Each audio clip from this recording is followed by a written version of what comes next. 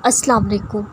मांगना ना आए तो हाथ उठा के कुछ आंसू बहा लिया करें, क्योंकि वो रब आंसू की ज़ुबान भी जानता है। खामोश लबों के पीछे लफ्ज़ों से बाखबर है। तहज्जुद की सिसकियों की आवाज़ें अर्श तक पहुँचती हैं। तहज्जुद में मांगी दुआओं से किस्मतें बदलती हैं। शायद कोई भी इंसान इतना मजबूत नहीं होता कि हकीकत को फ़ौरन तस्लीम कर ले, या उन चीज़ों उन लोगों के पीछे भागना छोड़ दे जो हमारी नहीं होती।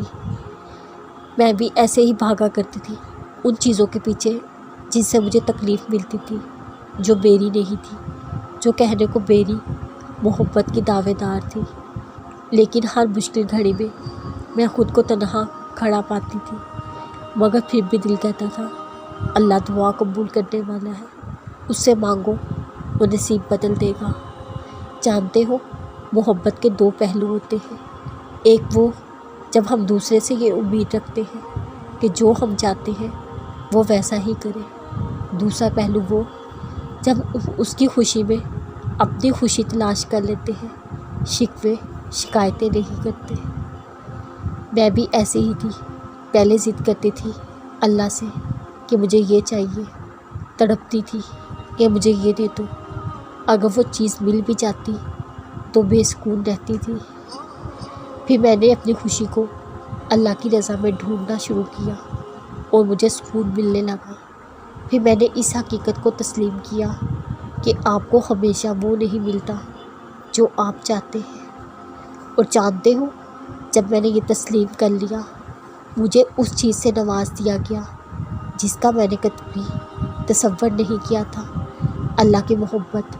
फिर मुझे अल्लाह की कुर्बत से नवाज दिया गया। कितनी ही अनगिनत मसलहतें छुपी होती हैं उन निकाफों में जिन्हें हम समझ नहीं पाते। जब रब से रब की मोहब्बत को मांग लिया तुमने, तब वो पूरा जहां ही पा लिया तुमने। उसकी मोहब्बत में घोल लो अपने वजूद को, फिर उसकी कुर्बत को हमेशगी में हासिल कर लिया।